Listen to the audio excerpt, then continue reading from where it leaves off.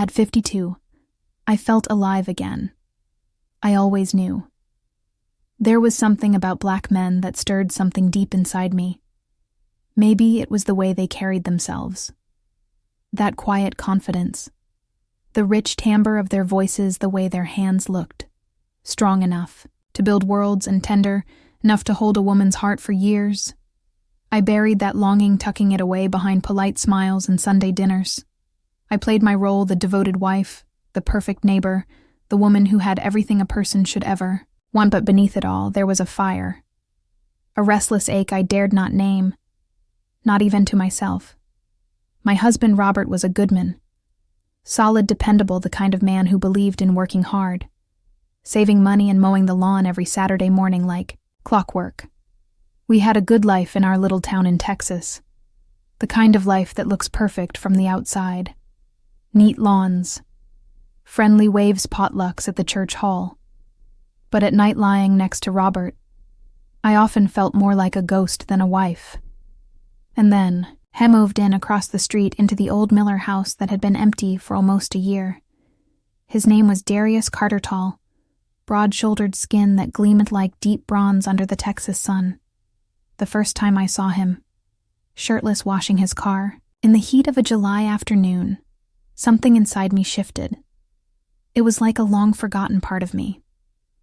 Cracked open, gasping for air, and right then I knew my life was about to change forever. If you've ever felt a hidden fire inside, a longing you thought you'd buried long ago, stay with me, because what happened next isn't just a story. It's our reminder that sometimes the life we think we've built can crumble in the blink of an eye.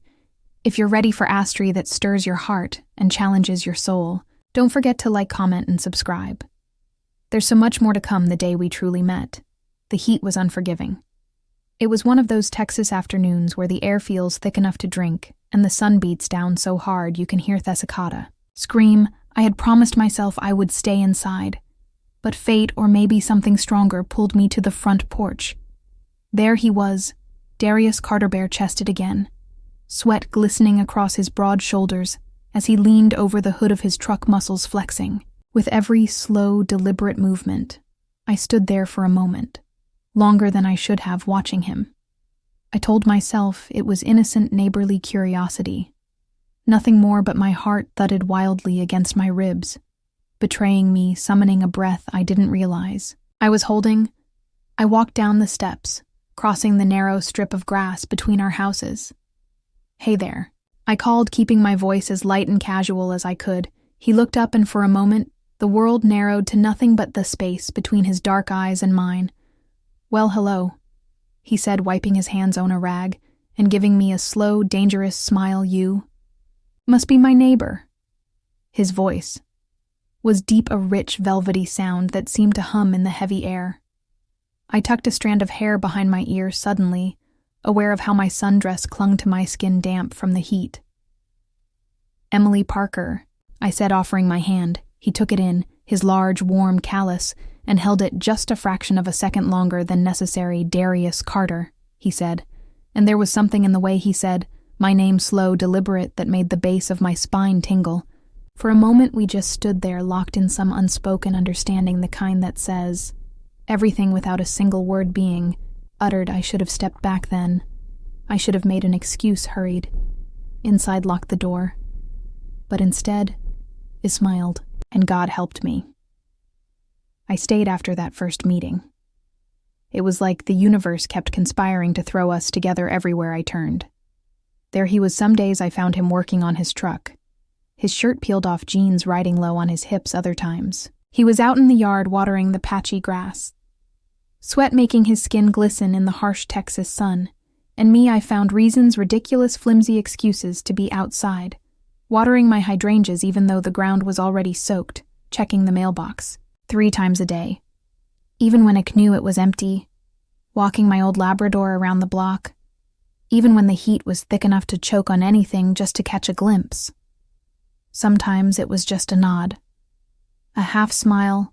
Other times it was more a brush off fingers. When he handed me a dropped newspaper, a lingering glance that felt like it stripped me bare under my sundress once, as I rounded the corner of my driveway lost in thought. I nearly collided with him.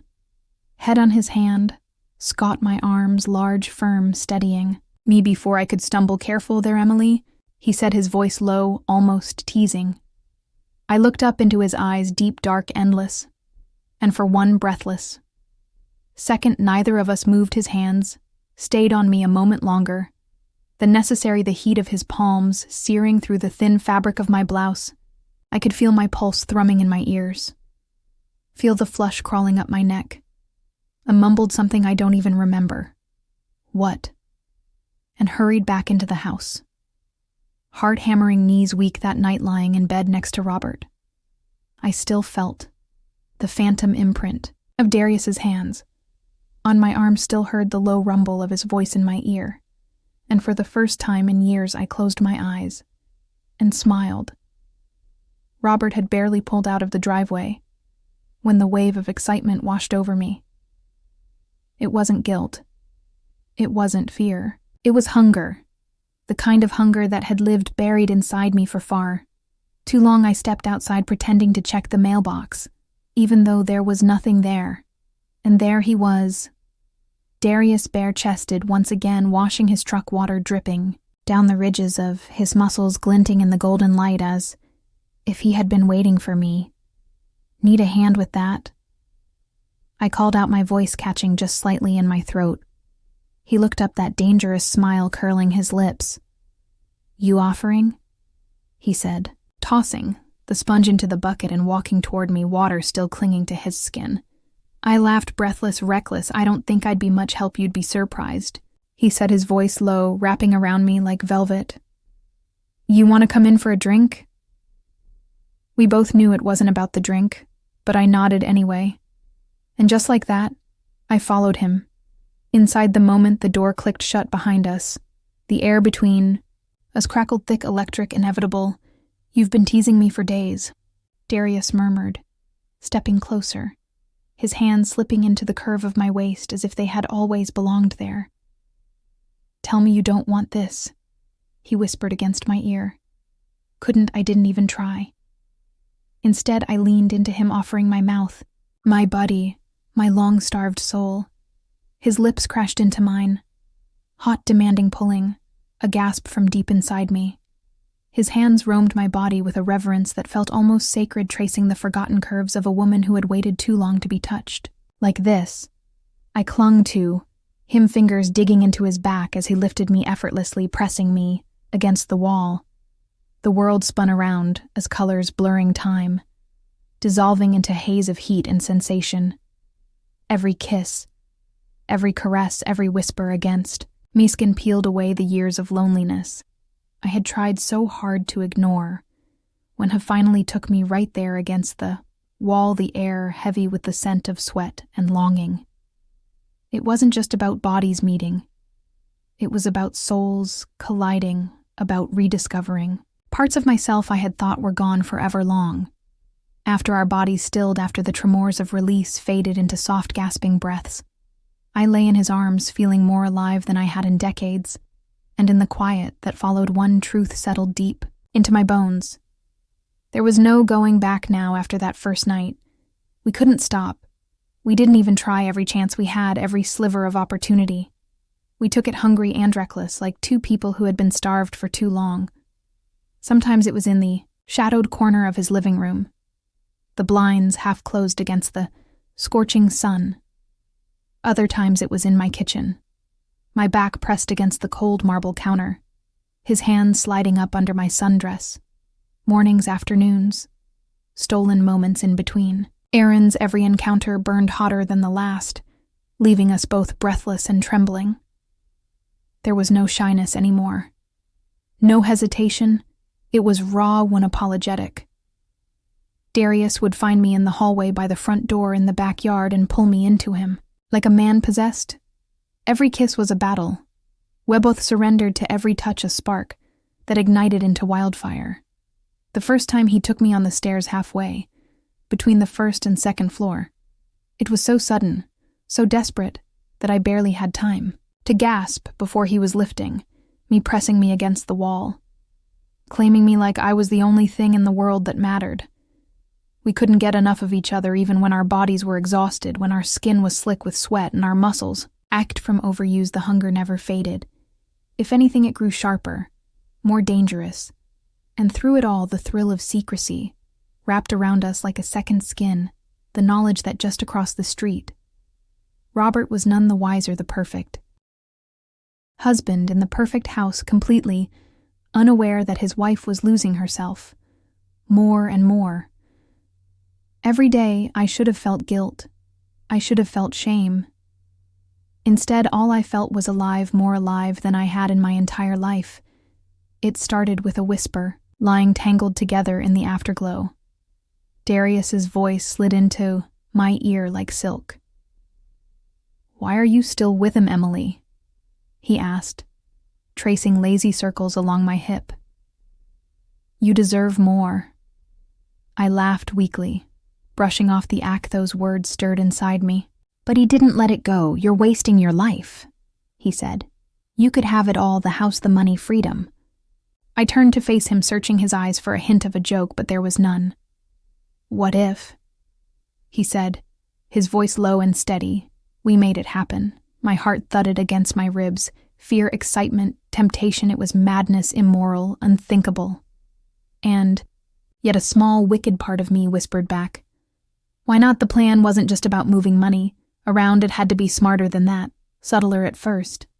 I convinced Robert to open a joint credit card for emergencies. I made a show of responsibility, setting up automatic payments, checking balance. She trusted me completely. Then came the spending, small at first: groceries, house, repairs, then bigger boutique clothes, spa treatments, weekend trips to relieve my stress, always justifiable, always slipping under his radar. Darius taught me how to manipulate the statements. I diverted some bills to a P.O. box. He set up delayed payments just enough to rack up late fees. Watched the interest rates, or Robert barely noticed. Too busy, too stressed every time he voiced concern. I reassured him, offered to take care of it, made him feel guilty for not trusting me. When the first debt notices started arriving, I acted surprised, even cried. "It must be a mistake," I said, trembling hands, holding the overdue letters. "I'll fix it, I promise." Meanwhile, behind his back, Darius and I were draining the savings account transfer by transfer hidden beneath layers of paperwork and forged signatures. By the time Robert realized the mortgage was 3 months overdue, that our accounts were bleeding dry, it was too late. The damage was done. He was drowning financially, emotionally, and I stood at the edge of the water watching him sink. Robert didn't leave. Immediately at first, he tried to fight, he made frantic calls to the bank, begged for extensions, maxed out his last credit card just to cover the mortgage for. Another month I watched silently as he struggled day after day, the weight of it all crushing him from the inside out, and I played my part, perfectly supportive on the surface, quietly urging him to maybe think about a fresh start somewhere else, somewhere far from the wreckage. "You deserve peace." "Robert," I whispered one night, my hand on his arm, my voice trembling with fake emotion, "maybe it's time to let go." He resisted at first. Of course he did. But in the end, the debt, the shame, the exhaustion broke him down. One gray morning, he packed a single suitcase. "I need to go," he said, harshly, not meeting my eyes. "I can't breathe here anymore." I stood at the window as he drove away, shrinking smaller and smaller in the rearview mirror of my new life, and behind me, Darius was already waiting to claim everything we'd stolen. But paradise was never built to last, not when it was built on ruins. It started with whispers, late-night phone calls, messages he wouldn't show me, nights when he slipped out of bed claiming business that couldn't wait. First, I ignored it. I told myself it was nothing, just paranoia. But deep down, the old sharp instinct twisted. In my gut, he's hiding something. One night I followed him. My heart pounded as I trailed his truck through the dark, dusty streets of our little town. He parked behind a cheap motel. On the edge of town, I watched frozen in the shadows as he got out, and then she appeared, young, pretty, everything I used to be. She laughed as he wrapped his arms around her, pulling her close like Hughes to hold me. I saw him kiss her, deep, hungry, the same way he once kissed me, against our kitchen counter, against the walls of our stolen home. I stood there, the night air thick and suffocating, watching the man I destroyed my life for destroy me in return. And in that moment, all the lies, all the betrayals, all the blood I had spilled to build my new life came crashing down. I wasn't special. I was just another step on his way to someone better. The rage inside me burned hotter than anything I had ever felt, and I knew this wasn't over. I didn't confront him that night. I didn't scream. I didn't beg. Instead, I waited silent, watching because the house, the accounts, the papers, they were all still under my name the next morning while Darius was still asleep. I changed the locks, called the bank, cut him off from everything when he stumbled back to the door later that day, confused and furious. I met him with a cold, steady smile. "It's over, Darius." I said, "You got what you wanted, now get out." He raged to threatened, but I stood my ground because in the end he had taught me well. Trust no one, love no one, and most of all, never let anyone hold the power to destroy you. He left eventually a duffel, bag slung over his shoulder. The same smugness wiped clean from his face. I had the house, the money, my freedom. But as I stood in the silence of my victory, staring at the empty halls of the life I'd once dreamed of, I realized I had won, but I had lost everything that ever mattered. Sometimes the price of betrayal isn't just losing what you have, it's losing who you are. If this story stirred something in you, don't forget to comment your thoughts and subscribe for more real raw stories like this. There's always more to tell and more to